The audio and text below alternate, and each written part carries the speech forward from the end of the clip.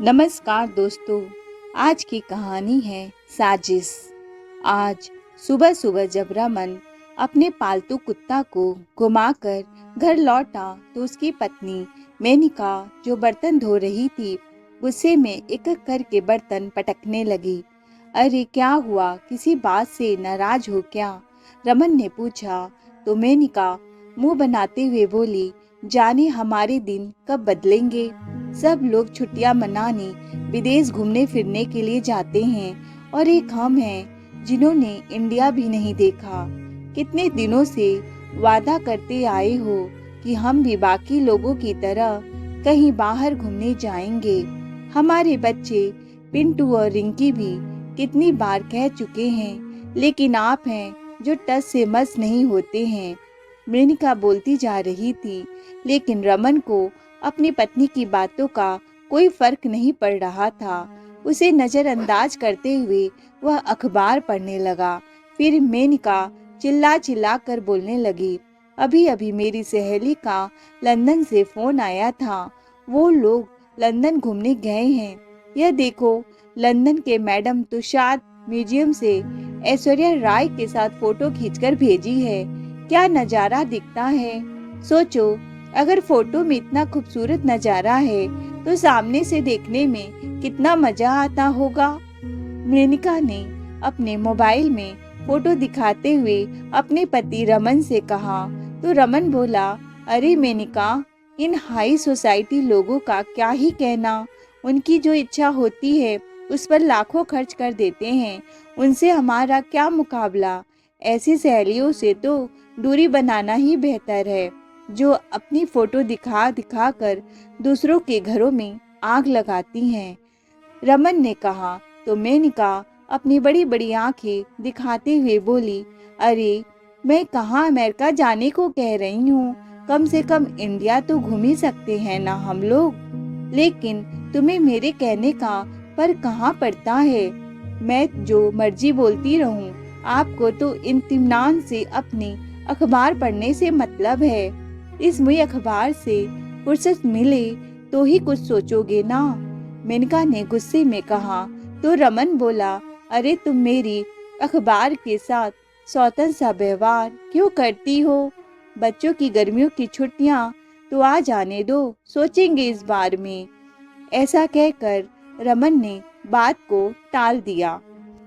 कुछ दिन शांति से बीते, फिर कुछ ऐसा हुआ जिसकी किसी ने कल्पना भी नहीं की थी। एक दिन रमन जब ऑफिस से घर लौटा तो उसके चेहरे की हवाइयां उड़ी हुई थी। निराशा और उदासी उसके चेहरे से साफ झलक रही थी। उसे देखकर मेनिका परेशान हो गई और बोली, अरे क्या हुआ, आप ठीक तो हैं? ऑफिस में कुछ हुआ है क्या? अरे बताते क्यों नहीं, मेरी जान निकली जा रही है। तो रमन बोला, बताने को अब कुछ बचा ही कहाँ है, तुम खुद ही देख लो। ऐसा कहते हुए रमन ने अपनी जेब से एक लिफाफा निकाला तो बच्चों ने प्रश्नसूचक निगाहों के साथ लिफाफा खोलकर देखा। उनका मुंह खुला का खुला रह गया। फिर मेनिका बेचैनी से बोली, अरे कुछ तो बताओ, हुआ क्या है? किसी ने कुछ नहीं बोला तो मेनिका ने वह लेटर लिया और पढ़ने लगी तो आश्चर्यचकित रह गई। चेहरे पर खुशी की लहर दौड़ाई। वह बोल उठी, क्या सच में आपका प्रमोशन हो गया है? तो रमन मुस्कुराते हुए बोला, श्रीमती जी, बस प्रमोशन ही नहीं, कंपनी की तरफ से 3 लाख का बोनस और फौरन घूमने के लिए फैमिली टूर पैकेज मिला है। यह सुनकर मेनिका को अपने कानों पर यकीन नहीं हुआ। फिर रमन ने कहा, तो मैडम, कैसा लगा हमारा सरप्राइज? चाहे देर से ही सही, लेकिन आपकी ख्वाहिश तो पूरी ही कर देगा आपका निठल्ला पति। अरे पहले क्यों नहीं बताया आपने, तो मेरी जान ही निकाल दी थी। मेनका ने मुस्कुराते हुए कहा तो दोनों बच्चे बोल उठे, you are the world best पापा। हम अभी अपने दोस्तों को बताकर आते हैं कि हम फॉरेन घूमने जा रहे हैं। फिर मेनिका ने उत्साहित होते हुए पूछा, अच्छा यह तो बताइए कि हमें जाना कब है? बस अगले हफ्ते की फ्लाइट है। इसका मतलब तैयारी के लिए सिर्फ 7 दिन है हमारे पास। तुम लोग अपने सामान की लिस्ट तैयार कर लो, जिसे जो कुछ भी खरीदना है कल ही खरीद ले आएंगे। रमन के इतना कहने की देर थी कि दोनों बच्चे अपनी अपनी फरमाइश बताने लगे और हमेशा की तरह दोनों बच्चों को बोलते देख उनका कुत्ता टाइगर भी भौंकने लगा। उसी समय रमन और मेनका का ध्यान उनके कुत्ते की ओर गया और दोनों एक दूसरे की ओर हैरानी से देखने लगे। फिर रमन बोला, हम विदेश जाएंगे तो टाइगर को कहाँ छोड़ेंगे। फिर मेनका भी सोच में पड़ गई और बोली, इस बात का तो मुझे भी ख्याल नहीं आया। सब लोग सोच विचार में पड़ गए कि आखिर क्या किया जाए। तभी बच्चे बोल उठे, मम्मी टाइगर को नानी के घर छोड़ देते हैं। इससे पहले कि मेनका कुछ कहती, बच्चों ने तुरंत नानी को फोन लगाकर अपनी मम्मी को थमा दिया। कैसी हो माँ? मेनका ने पूछा तो दूसरी ओर से उसकी माँ की आवाज आई, मैं ठीक हूँ बेटी, तुम सब कैसे हो? हाँ माँ, हम सब ठीक हैं। दरअसल हम लोग विदेश घूमने जा रहे हैं, लेकिन समझ नहीं आता कि टाइगर को कहाँ छोड़े। अगर आप कुछ दिनों के लिए उसे रख लेती। तो मेनका की बात सुनकर उसकी माँ बोली, बेटी वह क्या है ना, कुछ दिनों के लिए तेरी भाभी मायके गई है और मेरे घुटनों में भी दर्द रहता है, इसीलिए मुझसे तो यह काम नहीं हो पाएगा। ठीक है माँ। ऐसा कहकर मेनका ने बुझे मन से फोन रख दिया। अगले दिन रमन ने आसपास के डॉग केयर सेंटर पर जाकर पता किया, लेकिन निराश होकर घर लौट आया। अरे रमन, टाइगर को कहीं छोड़ने का इंतजाम हुआ या नहीं? मेनका ने पूछा तो रमन बोला, नहीं, डॉग केयर सेंटर में तो कम से कम 2000 रुपए एक दिन के लगेंगे।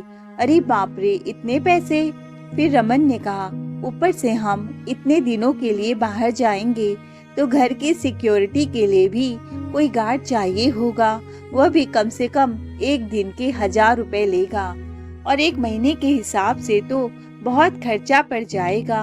यह बात सुनकर मेनका और दोनों बच्चे भी परेशान हो गए। फिर रमन बोला, अगर कोई इंतजाम ना हुआ तो हमें विदेश जाने का प्रोग्राम कैंसिल करना पड़ेगा। यह सुनते ही बच्चे नाराज होकर अपने कमरे में चले गए। फिर मेनका बोली, क्यों न गांव से अब आपकी माँ को बुला लिया जाए। तभी रमन बोला, यह तुम कैसी बातें कर रही हो? माँ यहाँ आकर कैसे रह सकती है, वह भी अकेली। तो मेनका ने कहा, अरे रमन, एक बार सोचो तो सही, आपकी माँ यहाँ आ जाएगी तो ना तो घर की सिक्योरिटी के लिए गार्ड की जरूरत पड़ेगी और ना ही टाइगर की देखभाल के लिए हमें कोई एक्स्ट्रा खर्चा करना पड़ेगा। मेनका की बात सुनकर रमन बोला, अच्छा, लेकिन मेनका, तुम्हें तो मेरी माँ फूटी आँख नहीं सुहाती थी, जिस कारण आज तक हमने उन्हें यहाँ बुलाया तक नहीं। हम यहाँ ऐशो आराम की जिंदगी जीते हैं और वह बेचारी अकेली गांव में रहती है, और आज जब हमें जरूरत पड़ी तब हम उनको यहाँ बुला ले, यह तो अच्छी बात नहीं है ना? मेनका बोली, वो सब मैं नहीं जानती, वैसे भी हम थोड़ी ना उन्हें बताने वाले हैं कि हम उन्हें अपने घर और टाइगर की रखवाली के लिए बुला रहे हैं। तुम बस अपनी माँ को फोन लगाओ, मैं सब संभाल लूंगी। कहते हुए मेनका ने रमन के हाथ में फोन थमा दिया। हेलो, प्रणाम माँ, कैसी हो? बहुत अच्छी हूँ बेटा, अभी बैठे बैठे तुम सबको ही याद कर रही थी, देवकी जी ने कहा। तो रमन बोला, अच्छा माँ, इतनी याद आ रही थी तो कुछ दिनों के लिए यहाँ चली आती। तो देवकी जी बोली, अरे नहीं बेटा, तुम ही बहू और बच्चों को लेकर किसी दिन मुझसे मिलने आ जाओ, मेरा आना तो संभव नहीं है। तभी रमन के हाथ से फोन लेते हुए मेनका बोली, अरे माँ जी, सारा प्यार आप उन गांव वालों पर लुटा दोगी तो हमारे लिए क्या बचेगा? आपके पोता पोती को भी आपके प्यार की जरूरत है। अरे बहू, मैं तो हमेशा तुम लोगों को मन ही मन आशीर्वाद देती रहती हूँ। देवकी जी ने कहा। तो मेनका बोली, ऐसे दूर से आशीर्वाद देने से क्या होगा अम्मा जी? आपके बच्चों को आपके प्यार और साथ की जरूरत है। पिंटू तो आपको याद करते हुए रोने ही लगता है। अब बच्चे जिद पकड़ कर बैठे हैं कि उन्हें अपनी छुट्टियां दादी के साथ ही बितानी है। इसीलिए मैं तो कहती हूँ आज ही अपने कपड़े पैक कीजिए और ट्रेन पकड़कर यहाँ चली आइए। इतने सालों बाद बहू ने इतने हक से बात की और इतने प्यार से अपने घर बुलाया। यह सुनकर तो देवकी जी मन ही मन फूली नहीं समा रही थी। वे खुद को रोक न पाई और बड़ी खुशी से बेटा बहू के घर जाने की तैयारी करने लगी। करीब 2 वर्ष पहले देवकी जी के पति का देहांत हुआ था। जब वे जीवित थे तो पूरे गांव में उनका बहुत मान सम्मान हुआ करता था। देवकी जी पति के जाने के बाद गांव में अपने घर में अकेले रहती थी, लेकिन गांव के सभी लोग उनका पूरा ख्याल रखते थे। यहाँ तक कि गांव के बच्चे भी अक्सर उनके पास आकर कहानी सुना करते थे। गांव में किसी को कोई भी दुख तकलीफ होती तो देवकी जी हमेशा उनकी मदद करने को तैयार रहती और इसी कारण गांव के हर व्यक्ति के दिल में उनके लिए प्यार और सम्मान था। उनके पति की पेंशन आती थी जो महीने भर का खर्चा निकालने के लिए काफी होती थी। बेटे बहू के घर जाने के लिए देवकी जी ने बड़ी खुशी से बेसन के लड्डू, बड़ी, अचार, पापड़ बना लिए। अपनी मदद के लिए उन्होंने पड़ोसन को भी बुला लिया। अगले दिन अपने घर की जिम्मेदारी गांव के लोगों को सौंपकर देवकी जी ट्रेन में बैठ गई और लगभग 2 घंटे के सफर के बाद बेटे के शहर पहुंच गई। स्टेशन पर पहुंची तो देखा उनके बेटा और बहू, पोता पोती बेसब्री से उनका इंतजार कर रहे थे। वे ट्रेन से उतरी और बेटा बहू ने पांव छूकर उनसे आशीर्वाद लिया तो दोनों बच्चे भी दौड़ते हुए आए और दादी दादी कहते हुए उनसे लिपट गए। अपने बच्चों का प्यार और अपनापन देखकर देवकी जी तो बस उन्हें आशीर्वाद ही देती जा रही थी। सब लोग गाड़ी से घर पहुंचे और घर का दरवाजा खोला तो अपने सामने किसी अनजान व्यक्ति को देखकर टाइगर उन पर भौंकने लगा, लेकिन देवकी जी ने उसे बड़े प्यार से सहलाया तो बिल्कुल शांत हो गया। यह देखकर मेनका तो ऐसे खुश हो गई जैसे उसे कोई खजाना मिल गया हो। आखिर उनके जाने के बाद टाइगर को देवकी जी को ही तो संभालना था।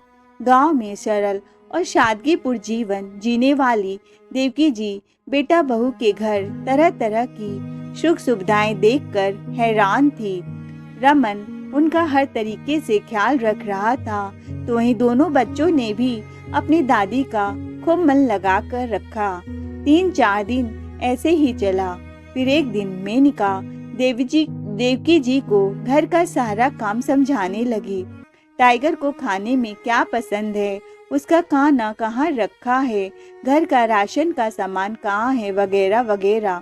फिर बोली, हाँ माँ जी, सुबह शाम टाइगर को पार्क में सैर करवाने भी ले जाना, आपकी सेहत भी ठीक रहेगी और टाइगर भी घर में गंदगी नहीं फैलाए। उसकी बात सुनते हुए देवकी जी प्रश्नवाचक निगाह से मेनका की ओर देखने लगती हैं। तभी उन्होंने देखा कि वहाँ कुछ अटैची और बैग रखे थे। देखते ही उन्होंने हैरानी से पूछा, यह क्या बहू, तुम कहीं जा रही हो क्या? तभी मेनका हड़बड़ाते हुए बोली, माँ जी, वो क्या है ना कि आपके बेटे को ऑफिस के काम से विदेश जाना है, तो बच्चों ने भी जिद पकड़ लिए। वह भी विदेश घूमना चाहते हैं, इसीलिए हम भी उनके साथ ही जा रहे हैं, तो कुछ दिन आप घर का ख्याल रखिएगा। लेकिन देवकी जी यह सुनकर और भी अचंभित हो गईं। तो रमन बोला, वो क्या है ना माँ, अचानक ही प्रोग्राम बन गया, हमें कल सुबह ही निकलना है, तो आप सब कुछ संभाल लेना, हम 10-12 दिनों में ही वापस आ जाएंगे। ऐसा कहकर सब लोग अपनी अपनी तैयारी में लग गए और अगली सुबह देवकी जी को टाइगर के साथ छोड़कर वे सब लोग एयरपोर्ट के लिए निकल गए। यह देखकर देवकी जी को अच्छा तो नहीं लगा, लेकिन कुछ ही दिनों की बात है, यह सोचकर उन्होंने अपने मन को समझा लिया। मेनका के बताए अनुसार उन्होंने टाइगर को नहलाया, फिर खाना उसके बर्तन में डाल दिया और फिर अपने खाने की थाली भी वहीं लेकर बैठ गई। लेकिन टाइगर खाना खाने को तैयार नहीं था। शायद सभी लोगों के चले जाने के कारण उदास हो गया था। तो देवकी जी ने उसे प्यार से सहलाया और अपनी थाली में से एक रोटी का टुकड़ा उसके मुंह में डाला। तो टाइगर भी अपनी उदासी भूलकर खुशी से उनके साथ खाना खाने लगा। अब तो हर बार देवकी जी उसे अपनी थाली से ही खाना खिला देती और वह बड़े शौक से उनके साथ बैठकर खाना खाता। देवकी जी का किसी से बात करने का दिल करता तो टाइगर से ही हंस बोल लेती। धीरे धीरे उन दोनों की अच्छी दोस्ती हो गई। वे हर रोज सुबह शाम टाइगर को पार्क घुमाने ले जाती, तो वहीं आस पड़ोस वालों से भी उनकी जान पहचान होने लगी। बच्चों के साथ हंसना बोलना उन्हें बहुत पसंद था। पड़ोस के सभी बच्चे उन्हें दादी दादी कहकर पुकारते तो उन्हें भी अच्छा लगता। अक्सर बच्चे उनके घर पर आ जाते तो कभी लूडो कैरम खेलते, तो कभी दादी से कहानी सुनने लगते। कभी देवकी जी काम में व्यस्त होती तो बच्चे टाइगर के साथ खेलने लगते। देवकी जी जो मिठाई अपने पोता पोती के लिए लेकर आई थी वही उन बच्चों को देती, तो सभी बड़े चाव से खाते। इन सब बातों में दिन कब निकल जाता उन्हें पता ही नहीं लगता था। बच्चे देवकी जी के साथ रहते, उनसे बहुत सी अच्छी अच्छी बातें सीखते। यह देखकर पड़ोस की औरतें बड़ी खुश रहती देवकी जी से।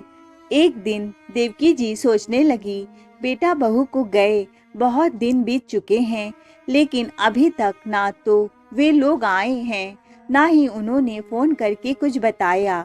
देवकी जी ने अपने बेटे को फोन लगाया, लेकिन फोन लग ही नहीं रहा था। न जाने बच्चे कब आएंगे, मुझे तो कुछ दिन का कह कर गए थे।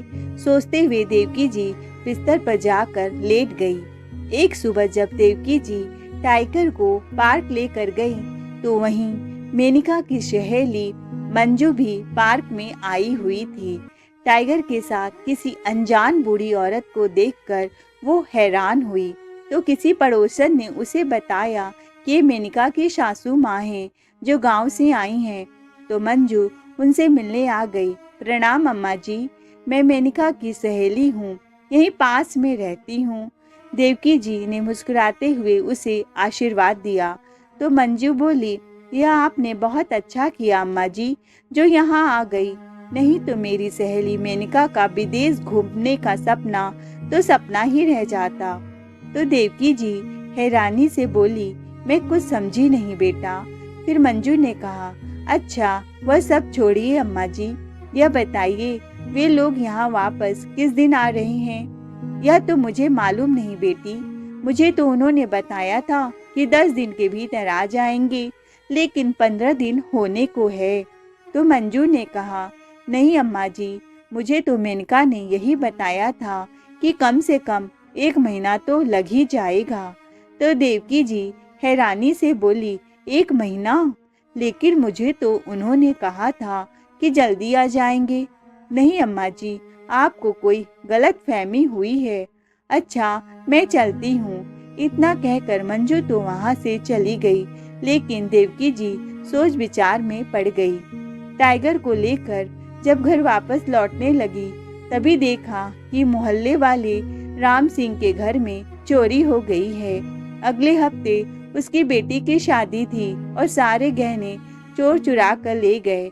यह सुनकर देवकी जी को बहुत दुख हुआ। परिवार के लोग बेचारे कितने परेशान होंगे, इसी सोच में डूबी देवकी जी टाइगर को लेकर अपने घर वापस आ गईं। घर पहुंची तो तभी फोन की बेल बजी। देवकी जी ने फोन उठाया तो उनके बेटे रमन की आवाज थी। प्रणाम माँ, सब कुछ ठीक तो है ना? वहाँ टाइगर ने ज्यादा तंग तो नहीं किया? तो देवकी जी बोली, हाँ बेटा, वैसे तो सब कुछ ठीक है। हम दोनों एक दूसरे का खूब अच्छे से ध्यान रख रहे हैं। टाइगर तो दिन भर पूरे घर में उछलता कूदता रहता है, लेकिन तुमने बहुत दिन लगा दिए वापस आने में। तो रमन ने कहा, हाँ माँ, ऑफिस का काम कुछ ज्यादा ही था, इसीलिए कुछ दिन और लग जाएंगे, आप वहाँ संभाल लेना। कहते हुए रमन ने फोन रख दिया। तो पीछे से मेनका ने कहा, क्या कहा? तुम्हारी माँ ने सब ठीक तो है ना? हाँ मेनका, सब ठीक है, तुम्हारा घर भी सही सलामत है और टाइगर भी। तो मेनका खुशी से बोली, देखा, माँ जी को गांव से बुलाने का मेरा आइडिया काम कर गया ना, और एक पंथ दो काज हो गए। टाइगर को भी केयर टेकर मिल गया और हमारे मकान की रखवाली भी हो गई। अब हम निश्चिंत होकर कुछ दिन और यहाँ आराम से घूम सकते हैं। हाँ मेनका, आइडिया तो तुमने बिल्कुल सही दिया था, नहीं तो घर की सिक्योरिटी का खर्चा और टाइगर को डॉग केयर सेंटर में रखने का खर्चा कुल मिलाकर 1 लाख रुपए हो जाता, रमन ने कहा। फिर मेनका बोली, अब मेरी एक बात और मान लो, अपनी माँ से कहो कि बाबूजी की बीमा की रकम हमारे हाथ में रख दे। वैसे भी उन्हें उन पैसों का करना ही क्या है, हर महीने बाबूजी की पेंशन आती तो है, इससे ज्यादा पैसे वह क्या करेंगी? अरे मेनका, तुमने तो मेरे मुंह की बात छीन ली, मैं भी इसी बारे में ही सोच रहा था। लेकिन रमन, तुम्हारी माँ पैसे तो देंगी ना?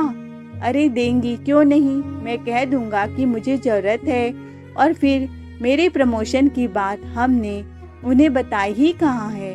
उन्हें तो बस इतना ही पता है कि हम ऑफिस के काम से विदेश आए हैं, घूमने फिरने नहीं। यहाँ रमन को लग रहा था कि उसने फोन कट कर दिया है, जबकि फोन अब भी चल रहा था और रमन और मेनका की सारी बातें देवकी जी सुन रही थी। बेटे और बहू के विचार जानकर उनके पैरों तले जमीन ही खिसक गई। वो यकीन नहीं कर पा रही थी कि उनकी अपनी औलाद भी इतना नीचे गिर सकती है, केवल अपने स्वार्थ के लिए। फिर खुद से बोल उठी, इस कलयुग में लालच और स्वार्थ माँ की ममता और प्रेम पर भारी पड़ने लगा है। लेकिन मेरा रमन तो कभी ऐसा नहीं था। सोचते सोचते उनकी आंखों से आंसू बहने लगे। तभी उन्हें बाहर से कुछ शोर सुनाई दिया और एम्बुलेंस की आवाज आने लगी। देवकी जी बाहर निकली तो पता चला कि राम सिंह, जिसके घर में चोरी हुई थी, उसने आत्महत्या करने की कोशिश की। यह सुनकर देवकी जी की हैरानी का ठिकाना न रहा। अगले दिन जब राम सिंह अस्पताल से घर वापस लौटा तो देवकी जी उससे मिलने गई और समझाने लगी, देखो भाई, जीवन में उतार चढ़ाव तो आते ही रहते हैं, लेकिन इसका मतलब यह नहीं कि इंसान अपनी जिंदगी खत्म करने के बारे में सोचे। तो राम सिंह बोला, नहीं बहन जी, आप नहीं जानती कि मैं किन दुखों से गुजर रहा हूँ। दिन भर मेहनत मजदूरी करके 4 पैसे घर में लेकर आता हूँ तो खर्चा भी पूरा नहीं हो पाता। बड़ी मुश्किल से बिटिया की शादी के लिए कुछ पैसे इकट्ठे करके गहने बनवाए थे, लेकिन भगवान से यह खुशी भी नहीं देखी गई हमारी। अब कैसी होगी बेटी की शादी, क्या करूं समझ नहीं आता। कहते हुए राम सिंह फूट फूट कर रो पड़ा। आप चिंता मत करो, भगवान पर विश्वास रखो, सब ठीक हो जाएगा, देवकी जी ने कहा। एक बेटी के पिता की लाचारी देखकर देवकी जी से रहा न गया और तुरंत अपने दोनों हाथों के सोने के कंगन उतारकर राम सिंह के हाथ में थमा दिए। फिर राम सिंह चौंक कर बोला, अरे नहीं नहीं, यह कंगन मैं नहीं ले सकता। अरे यह सिर्फ आपकी ही बेटी नहीं है, हमारी भी बेटी है। आप मना करेंगे तो मुझे अच्छा नहीं लगेगा, मुझे अपनी बड़ी बहन समझकर ही रख लीजिए, देवकी जी ने कहा। तो राम सिंह जी भरी आंखें लिए बोला, आपका यह एहसान हम लोग कैसे चुका पाएंगे। तो देवकी जी ने कहा, अरे एक इंसान होने के नाते हमारा फर्ज बनता है दूसरे इंसान की मदद करना, इसमें कोई एहसान नहीं है। आस पड़ोस के सभी लोगों ने देवकी जी के इस कदम की खूब तारीफ की। उनकी देखा देखी बाकी के पड़ोस वाले भी राम सिंह की मदद के लिए आगे आ गए और विवाह खूब अच्छे से संपन्न हुआ। अभी देवकी जी घर आकर बैठी ही थी कि उनकी बहू मेनका का फोन आ गया। माँ जी, हम कल दोपहर तक पहुँच जाएंगे, खाना बना कर रखिएगा और हाँ, घर की पूरी अच्छे से साफ सफाई करके रखना। मुझे घर बिल्कुल वैसा ही चाहिए जैसे मैं छोड़कर गई थी। ठीक है बहू, देवकी जी ने कहा और फोन रख दिया।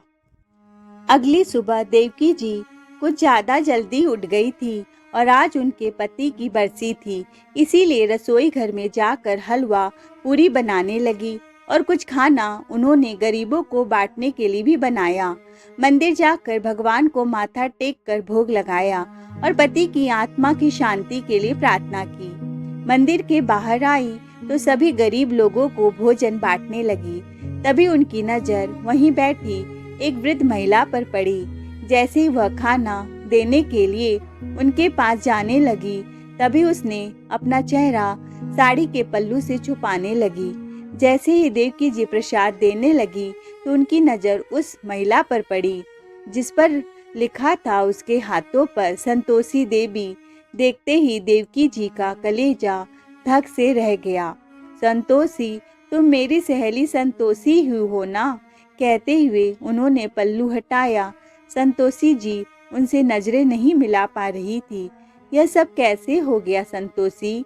तुम तो अपने बेटों के साथ बहुत खुश थी, गांव छोड़कर उनके साथ शहर में आई थी और बहुत आराम से रह रही थी।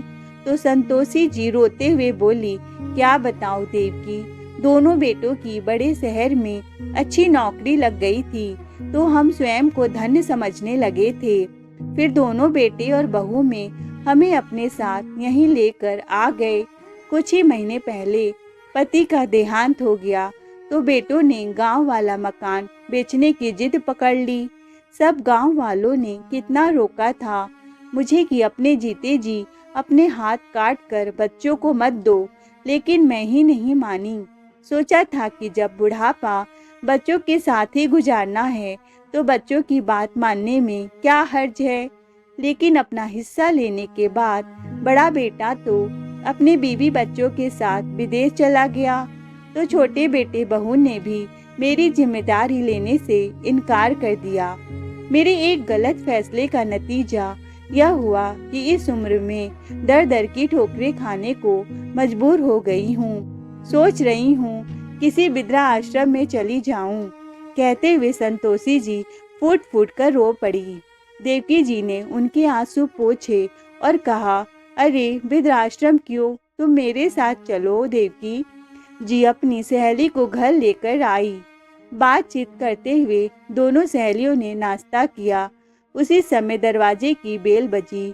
देवकी जी ने दरवाजा खोला तो सामने बेटा और बहू खड़े थे, लेकिन अपने घर में किसी अजनबी को देखकर मेनका प्रश्नवाचक निगाहों से देवकी जी की ओर देखने लगी। तो देवकी जी बोली, बहू यह मेरी सहेली है, बेचारी बहुत परेशान थी, इसीलिए इसे मैं अपने साथ। उससे पहले ही मेनका चिल्ला पड़ी, हाँ हाँ, हमने तो यहाँ धर्मशाला खोल रखा है ना, जो किसी को भी घर के अंदर लेकर आ गई। और बताइए कितने दिनों से चल रही है यह समाज सेवा? यह तुम क्या कह रही हो बहू? देवकी जी हैरानी से बोली। तो रमन ने कहा, माँ ठीक तो कह रही है मेनका, यह हमारा घर है, कोई वृद्धा आश्रम नहीं। यह सुनकर देवकी जी हक्की बक्की खड़ी रह गई और फिर बोली, हाँ वैसे तो ठीक कहा तुमने, यह तुम्हारा घर है, मेरा नहीं, क्योंकि मुझे तो तुम लोगों ने इस घर में इसीलिए बुलाया था ताकि मैं तुम्हारी अनुपस्थिति में इस घर की और टाइगर की रखवाली कर सकूं। एक चौकीदार से ज्यादा हैसियत कहाँ है मेरी? फिर मैं किस हक से अपनी सहेली को यहाँ लेकर आ गई? अब जब एक घर के मालिक घर में वापस लौट चुके हैं तो इस चौकीदार का क्या काम तुम्हारे घर में? शायद हम जैसे लोगों के लिए कोई जगह नहीं है, लेकिन मेरे गांव में और गांव वालों के दिल में बहुत जगह है। शाम की ट्रेन से अपनी सहेली को लेकर अपने गांव वापस लौट जाऊंगी। कहते हुए देवकी जी की आंखों से अश्रुधारा बहने लगी तो पिंटू और रिंकी दादी को आकर लिपट गए और रोते हुए बोले, नहीं दादी, आप हमें छोड़कर नहीं जाएंगी। बच्चों की मासूमियत भरी बातें सुनकर देवकी जी दोनों बच्चों को चूमते हुए बोली, अरे बेटा, मैं तुम लोगों से मिल लिया, इतना ही बहुत है मेरे लिए। मेरा प्यार और आशीर्वाद हमेशा तुम्हारे साथ रहेगा। बस मेरी एक बात हमेशा याद रखना, जिंदगी की हर मोड़ पर माँ बाप ही होते हैं जो बिल्कुल निस्वार्थ हाथ से अपने बच्चों का भला चाहते हैं। हर मुसीबत में अपने बच्चों का साथ देते हैं। बदले में वह अपनी औलाद से किसी चीज की उम्मीद नहीं करते। आंख मूंद कर वह अपने बच्चों पर विश्वास करते हैं। इसलिए तुम दोनों अपने मम्मी पापा के विश्वास को बिल्कुल मत तोड़ना, क्योंकि जब विश्वास टूटता है ना तो माँ बाप को बहुत दुख होता है। देवकी जी की बात सुनकर मेनका और रमन को अपनी गलती का एहसास होने लगा। तभी देवकी जी अपनी बहू मेनका से बोली, ध्यान से देख लो बहू, तुम्हारा घर बिल्कुल वैसा ही है जैसा तुम छोड़कर गई थी। फिर भी अगर इस काम वाली बाई से कोई कमी रह गई हो तो माफ कर देना। नहीं माँ जी, ये कैसी बातें कर रही हैं? मेनका ने कहा तो देवकी जी बोली, मुझे सब मालूम पड़ गया है बहू कि अचानक मेरे लिए तुम्हारे मन में प्यार कैसे उमड़ आया था, जो मुझे यहाँ बुला लिया। तो रमन बोला, ना हमने बहुत सोचा था, लेकिन कुछ समझ में नहीं आ रहा था। तो देवकी जी ने कहा, अगर मुझे साफ साफ कह देते तो क्या मैं तुम्हारी मदद के लिए ना आती? अरे मेरी तो जान हाजिर है तुम लोगों के लिए, फिर क्यों खिलवाड़ किया मेरी ममता से, मेरी भावनाओं के साथ? और हाँ बेटा, तुम्हारे बाबूजी के बीमे के जिन पैसों पर तुम्हारी नजर है, उन पैसों को हासिल करने के लिए कोई नया नाटक मत करना। जब मांगोगे मैं दे दूंगी। देवकी जी की यह बात सुनकर रमन और मेनका शर्मिंदगी के कारण स्वयं को जमीन में गाड़ने जैसी स्थिति में देख रहे थे। देवकी जी ने कहा, चल संतोषी, अपना बैग उठा, और अपनी सहेली के साथ घर से बाहर जाने लगी। और तो बेटे और बहू की आंखों से आंसू बह निकले। उसी समय उनकी पड़ोसन राम सिंह भी आ गए और बोले, अम्मा जी, आप जा रही हैं? आपके रहते हमें किसी बात की कोई परेशानी ही नहीं थी। आपने हम पर जो उपकार किया है वो हम जिंदगी भर नहीं भूलेंगे। कहते हुए सब देवकी जी के चरण छूने लगे तो देवकी जी मुस्कुराते हुए बोली, अरे नहीं, मैंने कोई उपकार नहीं किया। आपने अपनी सेवा का मौका देकर मुझ पर उपकार किया है। उसी समय पिंटू और रिंकी के साथ मोहल्ले के सारे बच्चे भी इकट्ठे हो गए और सभी एक स्वर में बोले, दादी मत जाइए ना। सब लोगों का इतना प्यार देखकर देवकी जी की आंखों में से आंसुएं भर आईं। तभी रमन और मेनका बोली, माँ जी, हमें माफ कर दीजिए। मैं जानता हूँ हमने गलती ही ऐसी की है जिसकी कोई माफी नहीं है, लेकिन आप तो माँ है ना, जो अपनी औलाद की हर छोटी बड़ी गलतियों को तो माफ करती हैं। मैं अपनी गलती का प्रायश्चित करना चाहता हूँ, मुझे बस एक मौका दे दो अपनी सेवा करने का। तो मेनका बोली, माँ जी, हमें छोड़कर मत जाइए ना, आप दोनों यहीं रहिए, मैं वादा करती हूँ हम लोग आपको शिकायत का कोई मौका नहीं देंगे। तो देवकी जी ने कहा, मेरे बच्चों, तुम्हें अपनी गलती का एहसास हो गया, यही मेरे लिए इतना ही काफ़ी है। लेकिन मुझे गांव तो जाना ही होगा, वहाँ मेरा अपना घर है जहाँ रहकर मुझे सुकून मिलता है। हम दोनों बहनें वहाँ खुशी से अपना बाकी जीवन बिता लेंगे। सब लोगों को खूब आशीर्वाद दिए। जैसे ही वह ऑटो में बैठने लगी तभी उन्हें एहसास हुआ कि कोई पीछे से उन्हें रोक रहा है। मुड़कर देखा तो टाइगर ने उनका पल्लू पकड़ा था। उसे देखते ही देवकी जी की आंखें भर आई। 1 महीने में उनका टाइगर के साथ अच्छा खासा लगाव हो गया था, लेकिन वह खुद को कमजोर पड़ने देना नहीं चाहती थी। जैसे ही वह ऑटो में बैठने लगी, इसीलिए फिर संयमित होकर उन्होंने अपना पल्लू छुड़ाया और संतोषी जी के साथ ऑटो में बैठ गई। तभी टाइगर भी उनके पास ऑटो में आकर बैठ गया। सब लोग टाइगर का उनके प्रति प्यार देखकर हैरान थे। देवकी जी ने उसे लाख मनाने की कोशिश की, लेकिन वह तो उनसे दूर जाने को तैयार नहीं था। उसका ऐसा व्यवहार देखकर देवकी जी उसे सहलाते हुए बोली, इंसान भले समझे या न समझे, लेकिन यह बेजान जानवर प्यार की भाषा बखूबी समझता है और टाइगर मेरे साथ ही रहेगा। कहते हुए देवकी जी ने ऑटो वालों को चलने का इशारा किया और गांव के लिए निकल गई। तो दोस्तों, आपको यह कहानी कैसी लगी? कमेंट में अपनी राय जरूर बताइएगा। कहानी सुनने के लिए दिल से धन्यवाद।